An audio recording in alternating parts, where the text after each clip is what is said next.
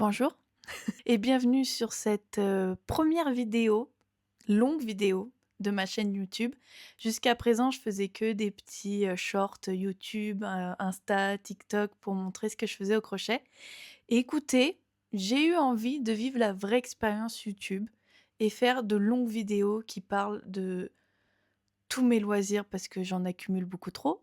Et en ce moment, je suis à fond crochet et lecture et j'ai envie de partager ce que je lis, que vous, dans les commentaires, vous puissiez me proposer et me faire découvrir de nouvelles lectures également. Je vais sûrement faire des vidéos avec, des idées cadeaux à faire soi-même, voilà, donc pas seulement crochet, hein, parce que pour le coup, je me suis mise à la peinture, scrapbooking, tout ça et j'aime juste réaliser confectionner des petites choses moi-même et j'avais envie de partager là-dessus, voilà. Donc écoutez, je me lance, j'essaye de rentabiliser la collection de mon mec, comme vous voyez derrière. Pour cette première vidéo, j'avais trop envie de vous parler de mes lectures du mois de juin. J'ai lu deux trois petites pépites, j'avais envie de vous faire découvrir tout ça, donc bah, écoutez, on y va! Le premier livre dont je voulais vous parler, c'est Mango Sticky Love. Écoutez, je l'ai trouvé dans une librairie à Lyon et il y avait l'autrice, en fait, donc j'ai même eu ma petite dédicace, j'étais trop contente. Je vois le titre et en tant que meuf qui mange bien, moi, c'est surtout le mango sticky rice, voilà, que je connais, qui est un dessert je sais pas si c'est typique, thaïlandais. Bah, je pense pour le coup, mais c'est du riz, gluant cuisiné à l'asiatique, en fait, avec du lait de coco, un peu de sucre et de la mangue et c'est genre juste trop bon. Donc Mango Sticky Love, déjà, ça m'a parlé. J'aime trop la DA de ce livre aussi. Je sais pas, avec le jasmin, les petits palmiers, les ombres des palmiers, enfin, ça invite au voyage. Donc, écoutez, j'ai pu discuter avec l'autrice qui était très gentille, qui m'a fait ma petite dédicace. Et du coup, je vais vous lire le résumé et je vous dirai après ce que j'en ai pensé. Quand de simples vacances en Thaïlande l'amènent à son véritable amour. Brisée par une rupture amoureuse, Héloïse n'est plus que l'ombre d'elle-même. Alors quand ses amis lui proposent un voyage en Thaïlande, elle accepte sans imaginer à quel point cette parenthèse va bouleverser sa vie. Des temples dorés de Bangkok aux îles paradisiaques bordées d'eau turquoise, des jungles profondes du nord aux éléphants sacrés, chaque étape la pousse à se confronter à elle-même. Et puis il y a cet homme, insaisissable, troublant, imprévu. Avec lui, Héloïse découvre la liberté d'un instant volé et peut-être même la promesse d'un nouveau départ. Mais pour renaître, il faut savoir lâcher prise. Héloïse aura-t-elle le courage d'embrasser pleinement cette nouvelle version d'elle-même? Alors oui, depuis tout à l'heure, je vous dis l'autrice, il faudrait peut-être que je précise, c'est Charlotte G. Falcon. Oh, alors ça, par contre, je suis désolée, les titres et les noms d'autres, je suis vraiment désolée si je les écorche. Bah, comme le dit, si bien le résumé, c'est une invitation au voyage et c'est clairement ça, les premiers chapitres. T'embarques avec Héloïse et ses 2 amis, Jérôme et Gaël et t'as l'impression d'être dans les taxis avec eux, à Bangkok, tu l'impression de déguster les mêmes plats au restaurant qu'eux. Enfin, je sais pas, t'as l'impression d'être avec eux, c'est super bien décrit, t'as plein de petits tips, de petits détails si un jour tu veux vraiment partir en Thaïlande. Pour le coup, elle explique plein de choses de la vie au quotidien là-bas. Du coup, c'est super intéressant. Les descriptions sont super belles, t'as vraiment l'impression de voir les temples, c'est une c'est une vraie promenade en Thaïlande, en fait, donc juste les premiers l chapitres sont légers, ça fait du bien, ça te fait voyager depuis ton canapé et puis, bah, il y a cette histoire, d'amour au milieu de tout ça. Je veux pas trop vous en dire parce que je pense que ça serait vous spoiler. Tout ce que je peux dire, c'est que j'ai trouvé Héloïse très vraie, très juste dans ses réactions. Des fois, je trouve c'est un peu disproportionné dans les romances. Là, c'est une nana qui fait aussi des erreurs, qui se trompe parfois, qui veut correspondre aux standards de la société, qui veut, rendre fiers ses parents et qui comprend pas pourquoi sa mère est aussi dure avec elle. Elle, tout ce qu'elle veut, c'est vivre de sa passion, en fait, qui est la vidéo, le montage vidéo. Elle veut voyager, elle veut faire des rencontres, elle veut vivre de sa passion et c'est dur, en fait, de faire ça aujourd'hui. Ce voyage, ça va la bouleverser dans ce sens-là, c'est que c'est pas juste une rencontre et une histoire d'amour, c'est une rencontre avec elle-même.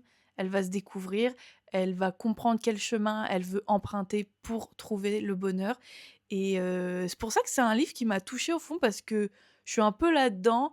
Il y a la trentaine qui arrive et je le vis pas du tout mal. Donc c'est exactement ça, le fait que je me lance sur YouTube et cetera. Je me dis: «Bah, en fait, tu vas avoir 30 ans, c'est soit maintenant tu te lances, tu fais des trucs qui te font kiffer, soit tu le feras jamais» et Héloïse, elle est clairement dans ce truc-là. Donc c'est un livre qui m'a parlé, qui fait du bien, qui est léger et qui en même temps aborde des thèmes un peu plus profonds. Du moins quand en plus on est dans ce truc-là de se chercher, de découvrir ce qu'on aime et où on veut aller. Vraiment, allez-y, j'ai adoré. Deuxième livre que je voulais vous présenter, oui, si vous me voyez me pencher, oui, je suis une meuf très organisée, c'est faux. J'ai mon petit carnet, j'ai mon PC à côté. En fait, j'ai pas tous les livres avec moi, déjà parce que je lis sur ma liseuse aussi, et je file les livres à ma mère. Elle les lit avec moi, c'est très fun, sauf quand je lui file des livres avec du smut. Je me dis, ma mère va lire ça. Mais bon, elle a une grande bibliothèque, donc quand les livres sont jolis, comme ça, c'est joli chez elle, donc je lui file. Voilà, c'est pour ça que je n'ai pas tous les bouquins, donc j'ai les résumés sur mon PC, etc. Pink Demon, encore une fois, on sait pas anglais, français. C'est pas la première roman fantasy que j'ai lu. Non, parce qu'en plus, pour le coup, la première roman fantasy que j'ai lu, je crois que je vous l'ai aussi mis dans les livres à découvrir là. Mais ça a été la première vraiment dans le délire, licorne, dragon et j'ai toujours eu du mal à accrocher à ces trucs-là parce que c'est pas la première fois que j'essaye et genre j'arrive pas à rentrer dedans parce que je sais pas si j'arrive pas à m'imaginer le monde ou j'en sais rien. Mais là, pour le coup, je sais pas, j'ai été absorbée. Genre le soir, je me couchais, j'avais qu'une envie, c'était retrouver les personnages et ce monde incroyable. Donc écoutez, pareil, je vous lis le petit résumé et je vous dis ce que j'en ai pensé. Donc Pink Demon de Claire Dust. Voilà, faut pas que j'oublie de vous donner les auteurs, ça serait dommage quand même.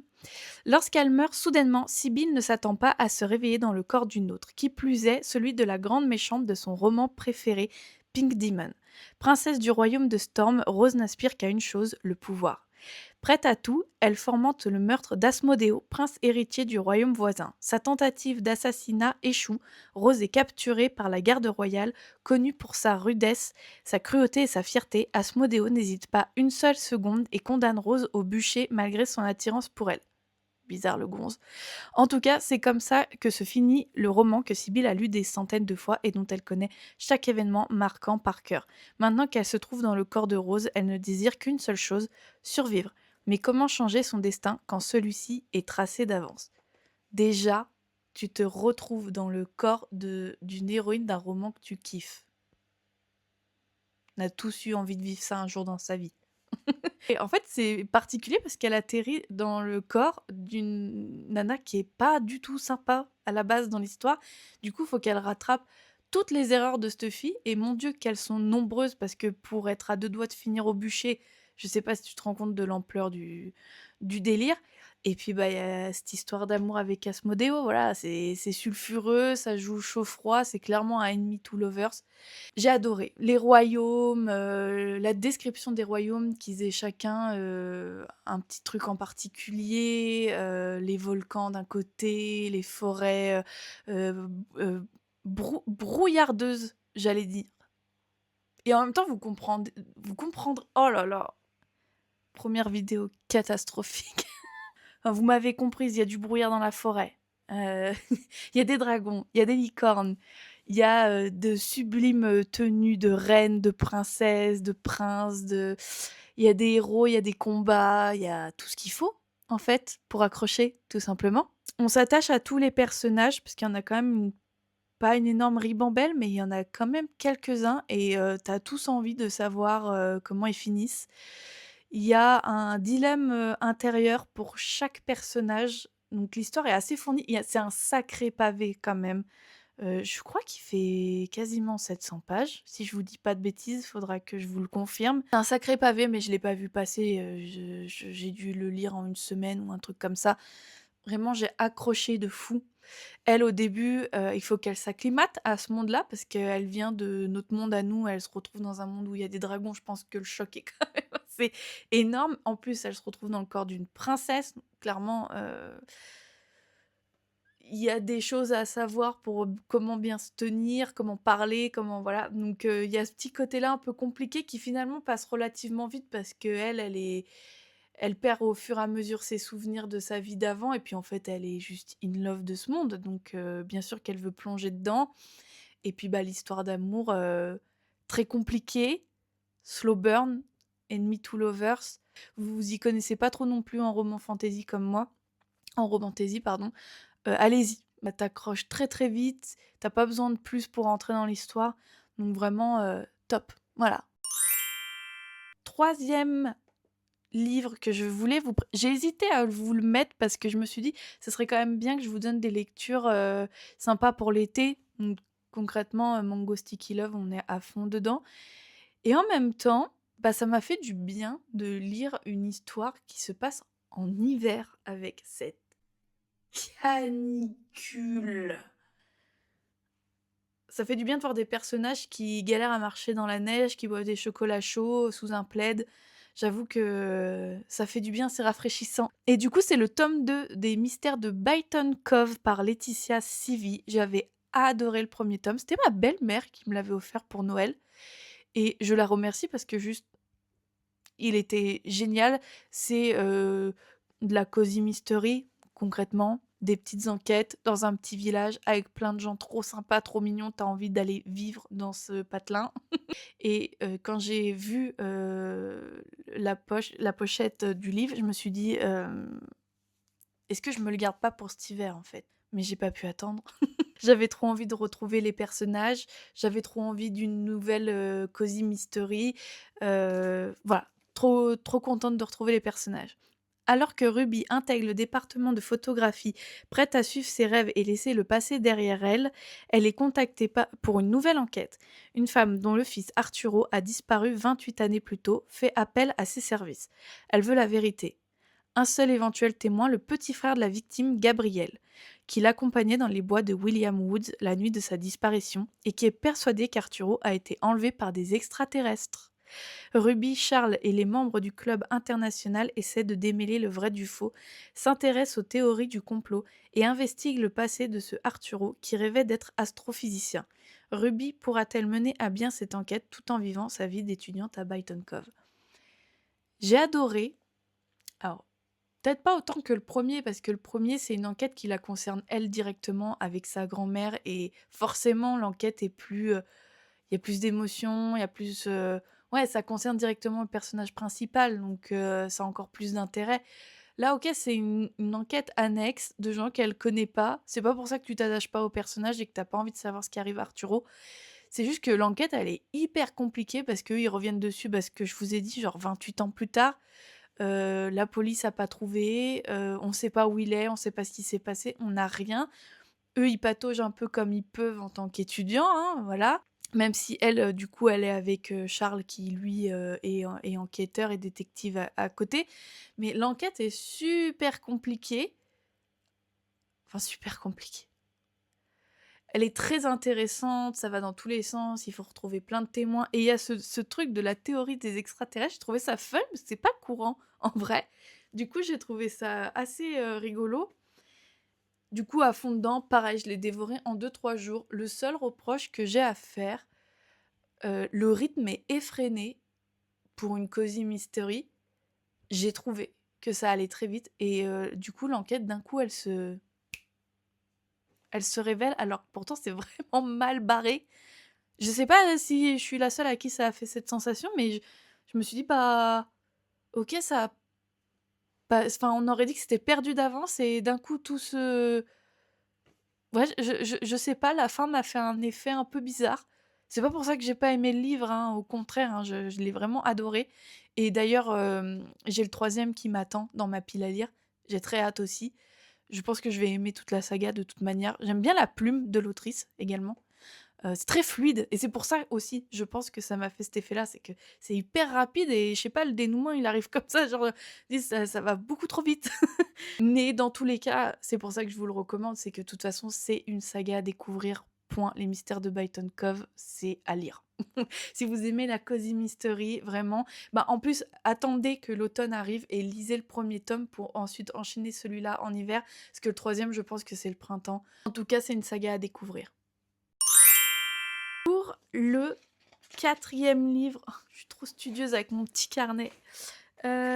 Kushinada. Kushinada, en fait.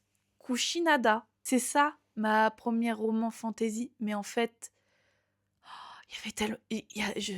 Je vais être obligée de vous dire le... Si vous entendez des bruits bizarres, c'est que je crois que j'ai mon chat qui... Kuro? Tu vas sortir le chat? Mais je sais même pas où il est. Ah non, il dort sur le siège. Garde-le, non? Oui, je le garde avec moi. Ça? Si vous entendez des bruits bizarres, c'est juste j'ai un de mes deux chats avec moi et qui fait ses griffes sur le siège de mon mec. Va être vraiment ravi. Kuro? Bébé? Rien à foutre. Ma première roman fantasy de Alexiane Thiel et de Luna Joyce, je voulais le résumer. Je sais même pas si je vais réussir à vous dire. Il y avait trop d'infos, mais j'ai tellement adoré. Enfin, depuis des temps immémoriaux, on raconte que le dieu des tempêtes, Susanoo, et la princesse Kushinada ont vaincu le terrible dragon à 8 têtes. Mais la vérité est tout autre. Scellé dans les enfers, le monstre attend son heure tandis que ses serviteurs rôdent dans l'ombre. Saori Inada, descendante de ces héros légendaires, se doit de leur faire honneur et de se conformer aux attentes qui pèsent sur ses épaules. Quand la magie de ses ancêtres-là choisit enfin, il est temps pour elle de faire face à son destin et de se lier à celui qui la protégera et l'aidera à affronter les démons qui menacent la population avec son Kusanagi. Lucas Taylor s'apprêtait à se lancer dans un tour du monde lorsque son grand-père maternel décède brutalement.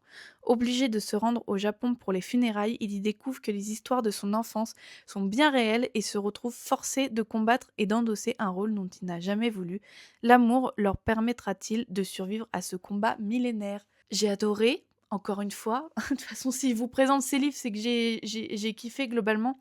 C'était un sacré pavé également. Ça se passe au Japon, on adore bien sûr. On découvre un peu aussi, les légendes, la culture japonaise et puis alors lui vraiment pour le coup Lucas, le personnage principal, il est en mode australien, surf et tout donc rien à voir. Donc pour lui c'est très compliqué, tout arrive très vite, il comprend pas rien à sa vie et nous on est pareil, on est plongés dans ce monde. Heureusement du coup on a Saori qui nous aide un petit peu et qui nous explique tout le délire au fur et à mesure du bouquin. Mais il y a des démons, il y a énormément de combats. C'est peut-être même, ça serait peut-être mon trigger warning sur ce livre-là. À la fin, c'est presque un petit peu gore. Les combats sont un peu vénères, mais j'ai eu l'impression de lire un roman manga. Ça m'a fait un peu la sensation d'un Bleach. Je sais pas si vous connaissez. Mais ouais, Ichigo qui vit sa petite vie tranquille et qui se retrouve plongé dans le monde des Shinigami avec Rukia, ça m'a fait un peu cet effet-là. Ça se trouve, je vous parle, vous comprenez pas du tout ce que je suis en train de vous dire. Mais, mais c'est juste un surfeur australien qui découvre la culture de son pays d'origine parce que c'est sa maman qui est japonaise. Et donc il perd un grand-père qu'il ne connaît pas, il se retrouve avec des pouvoirs, il sait même pas que ça existait, il faut qu'il apprenne à les maîtriser. Et du coup c'est de la proximité forcée parce que un Kusanagi se lie à sa Kushinada. Donc elle est Kushinada, elle a un don particulier et elle a besoin de son Kusanagi pour la protéger pendant les combats, pendant qu'elle exorcise, Voilà, et cette relation est juste géniale, elle est ultra fusionnelle et c'est extrêmement bien écrit pour nous expliquer parce que c'est compliqué, tu sens que c'est pas juste du... C'est de l'amour et de la fusion, mais pas que amour homme-femme. Elle explique qu'il y a des Kusanagi qui ressentent de l'amour fraternel. Voilà, ça peut être complètement différent. Bon, pour eux, ça va se transformer en amour. Mais tu sens que c'est super bien écrit dans le sens... C'est pas juste de la communication entre eux, des regards ou quoi, c'est encore plus interne, c'est l'esprit, c'est l'âme qui est liée et c'est trop, trop bien écrit. Donc je crois que je vous l'ai déjà dit, mais c'est un sacré pavé, mais pareil, je l'ai défoncé en... Je sais pas, je l'ai lu si vite. Je l'ai lu si vite, j'ai accroché au monde, j'ai accroché au personnage. Il y a vraiment ce décalage, encore une fois, entre lui, Australien surfeur, elle a vécu une enfance très stricte, très dure, avec une matriarche vraiment très, ouais, trop même, énervée. Sacré pavé, mais impossible à s'ennuyer. C'est ça. Il y a de l'action tout le temps, tout le temps, tout le temps, tout le temps. Non, vraiment extraordinaire. C'est presque un livre que j'ai envie de relire. Je pense que Franchement, en période un peu Halloween et tout, avec ces histoires de démons et d'exorcisme, je sais pas si c'est sûrement un livre que je me retaperai un jour. Ouais. 5e livre. Ah, je vous ai mis plus de 5 livres en fait. Je me suis enflammée. Holly Boy? What the fuck? Que j'ai envie de dire avec ce livre, encore une fois, je voulais le résumer, mais c'est pareil, je sais pas, je sais pas quoi vous dire. Alors, c'est un best-seller en Corée du Sud. Là, c'est de Lee Hee-jo. Lee Hee-jo. Non, on dit pas I en coréen. Lee Hee-jo. Oh, je suis désolée. Sasaeng, fan de K-pop, qui stalk ou viole la vie privée de son idole. Enlever Yosep leur semblait être la plus belle preuve d'amour. Pour 4 de ses admiratrices dévouées, un poster accroché au mur ne suffisait plus, elle le voulait pour elle toute seule. Et après tout, n'était-elle pas en train de lui rendre service en le délivrant du fardeau de la célébrité?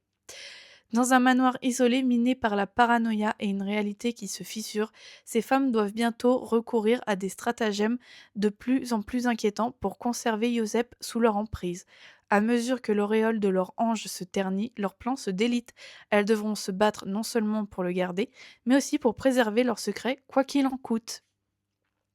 Comment vous dire? C'était ma lecture un peu what the fuck et je sais plus sur quoi j'avais lu que c'était clairement Misery à la coréenne et c'est ça. Elles ont littéralement séquestré quelqu'un et tu sens qu'elles savent plus entre elles, c'est hyper compliqué. Enfin, c'est extrêmement bizarre la manière dont c'est écrit. On n'a pas du tout les mêmes codes.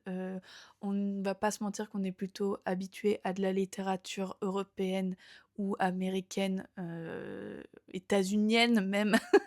Mais j'aime beaucoup la littérature asiatique, particulièrement la japonaise. J'ai lu récemment Je reviendrai avec la pluie. J'ai adoré, mais la plume, c'est vraiment pas pareil. On n'a pas les mêmes codes, on n'a pas la même façon d'exprimer les choses et même les conversations, les dialogues, ça n'a rien à voir. On se parle pas comme ça, nous. Enfin, ouais, c'est d'autres codes. Personnellement, j'adore, mais ça peut être déstabilisant si t'es pas habitué à ça. Faut s'accrocher parce que vraiment le livre, bah, il vaut trop le coup. Alors, en plus, c'est vrai que je l'ai lu après la révolte de la reine, donc niveau changement d'ambiance, c'était vraiment total. C'est glauque, c'est cinglant, ça te renvoie au pire truc de l'humain et en même temps, ah, je suis désolée, j'en perds mes mots, mais cette lecture m'a un peu déstabilisée. C'était bizarre, mais c'était trop bien. Voilà. Et si vous avez envie d'un un thriller bizarre, bah allez-y.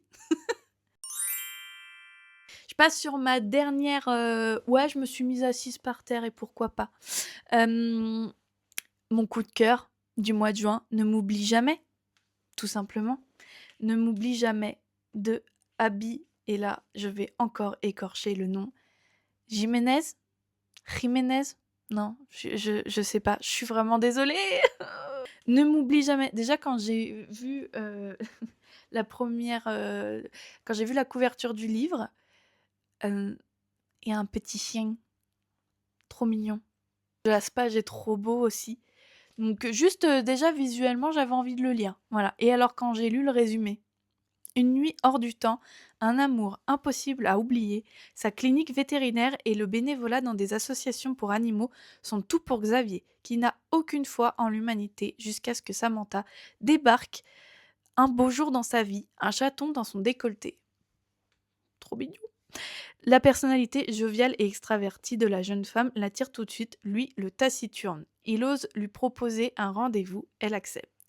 Ils passent un moment inoubliable, le plus beau de leur vie, seulement dès le lendemain, Samantha part vivre loin. Elle retourne auprès de sa famille et surtout de sa mère malade dont l'état empire chaque jour. Elle demande à Xavier de l'oublier, de se souvenir de ces instants ensemble comme d'une parenthèse parfaite hors du temps, car leur relation n'a aucun avenir. Mais il ne parvient pas à la sortir de ses pensées, il ne peut pas non plus quitter la clinique vétérinaire qu'il vient à peine d'ouvrir pour suivre dans un autre fuseau horaire une jeune femme tout juste rencontrée.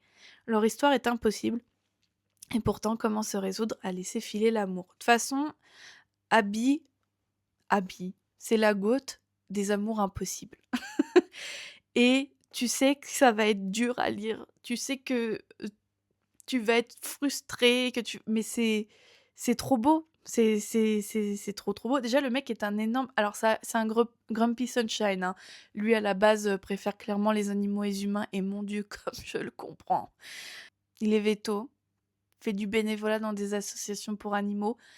Il est gentil au fond, même s'il est un peu, bah, il aime pas, il a du mal avec les gens, quoi. Et elle est hyper solaire, elle est bienveillante parce que tu vois, c'est le genre de nana qui récupère un petit chaton et qui est prête à débourser des sommes folles pour le soigner et voilà. Mais du coup, il y a tous les 2 cette bienveillance et du coup, ils n'ont pas envie de se faire souffrir l'un l'autre. Elle sait qu'elle part, elle lui demande de l'oublier, pas parce qu'elle a pas de sentiments ou rien, c'est juste qu'elle sait que sinon ça va être dur pour lui. Elle veut pas qu'il abandonne ses rêves pour elle et lui, il est prêt à tout pour lui venir en aide parce qu'elle rejoint sa maman qui est malade. Encore une fois, quand tu prends un livre de Abby, tu l'impression que tu vas lire une histoire super légère, mais les thèmes sont encore très profonds. Là, la vie d'accompagnant pour un membre de ta famille qui est malade, c'est un c'est le quotidien de beaucoup, beaucoup de gens. C'est pas facile, tu te sens seul, tu sais pas où tu vas. Les maladies, des fois ça se dégrade lentement, des fois du jour au lendemain, tu reconnais plus la personne que tu as en face de toi. C'est super difficile. Elle a une famille qui l'entoure, mais ils ont pas la même façon de gérer les choses. Du coup, c'est très compliqué de prendre sa place parce qu'elle, elle a vécu à distance pendant un long moment. Donc, il faut qu'elle reprenne sa place dans sa famille, qu'elle reprenne sa place auprès de sa mère, qui a de la démence et qui ne la reconnaît pas toujours. Enfin, elle a déjà pas mal de soucis avec sa famille et elle sait qu'elle est amoureuse, mais ce mec-là, il est de l'autre côté du pays et lui aussi, il se bat contre ses démons intérieurs. Il vient d'ouvrir sa clinique, il a des choses à prouver, il veut être là pour les animaux, il veut être là pour les associations et du coup, bah, ils essayent d'entretenir cette relation à distance et tu vois, tu le sens tout le long du livre que bah c'est pas possible en fait. Donc tu attends le dénouement avec impatience et je ne vous en dirai pas plus. Mais l'histoire est dingue, drôle, touchante, c'est brillant. Voilà, on adore Abby. Sûrement vous faire, une autre vidéo, plus, pile à lire parce que là je m'étais jurée de pas être dans la surconsommation, de ne pas acheter quand j'avais pas fini tout ce que j'avais. Mais, il y a eu plusieurs craquages notamment parce que, j'habite pas très loin de Lyon, mais je suis pas à Lyon. Ça me fait de la route pour y aller. Du coup, quand je me retrouve dans une librairie là-bas, je peux pas y aller et me dire, «Prends pas un livre parce que tu sais pas quand tu reviendras». Donc il y a eu deux trois craquages, mais j'aimerais bien retourner sur ma liseuse aussi. Donc je vais juste vous dire, ce que je me suis prévu là pour la fin de l'été et j'ai trop hâte de septembre-octobre là, de l'automne, par pitié en fait. Thriller à fond. Cozy mystery à fond et des petites histoires d'amour avec des pumpkin spice latte à fond. Donc juste ah si! Je viens de finir celui-là, si vous avez envie de chialer. Voilà. Last Kiss Last Kiss Last Kiss of Last Kiss of Summer de Jessica M. Fellman. J'en aurais pas eu un bon depuis le début de la vidéo, je crois. Pareil, j'ai adoré, mais ça sera à l'occasion d'une autre vidéo. J'ai vu l'Odyssée de Christopher Nolan au cinéma, donc bien sûr que je vais relire Circe et je suis pas prête mentalement pour Le Chant d'Achille, un de mes livres préférés, beaucoup trop chialé, donc j'ai pas envie. Je me suis prévu ça pour l'automne, Le Purgatoire des Innocents. J'ai un nouveau habit le soir où je t'ai rencontré. Il y a toujours un petit chien. Moi j'adore. Qu'est-ce que je me suis prévu? Le tome 3 de Byton Cove également. et après sur ma liseuse, je pense que je vais me reprendre deux trois autres trucs, notamment pour, les vacances. Je sais pas encore quoi, donc en fait, hésitez pas à me proposer des livres pour, la fin de l'été. Vous savez cette vibes un peu bizarre, tu sens que fin d'été quoi, on connaît l'ambiance. Voilà donc surtout hésitez pas à m'en proposer, ça serait trop cool. Des livres un peu doudous aussi, pour, le retour du froid, même si moi j'en suis très contente, je vais pas vous mentir. Heu, je pense que les vidéos d'après, comme je vous ai dit, je ferai pile à lire et j'aimerais bien aussi faire une vidéo avec des idées cadeaux pour la rentrée. Voilà, fait en crochet, ou autre, faire son propre agenda. Je vais trouver plein de petites idées et je vous montrerai tout ça. En tout cas, merci si vous avez regardé cette vidéo jusqu'au bout. Hésitez pas à laisser un commentaire, un j'aime, j'arrive pas à croire que je suis en train de faire ça. Abonnez-vous. Non mais je suis trop contente, écoutez, de me lancer. Voilà, je suis trop contente. Donc hésitez pas à liker cette vidéo. On se revoit très bientôt et je vous fais des gros bisous. Passez un bon été et on se revoit très bientôt. Bisous!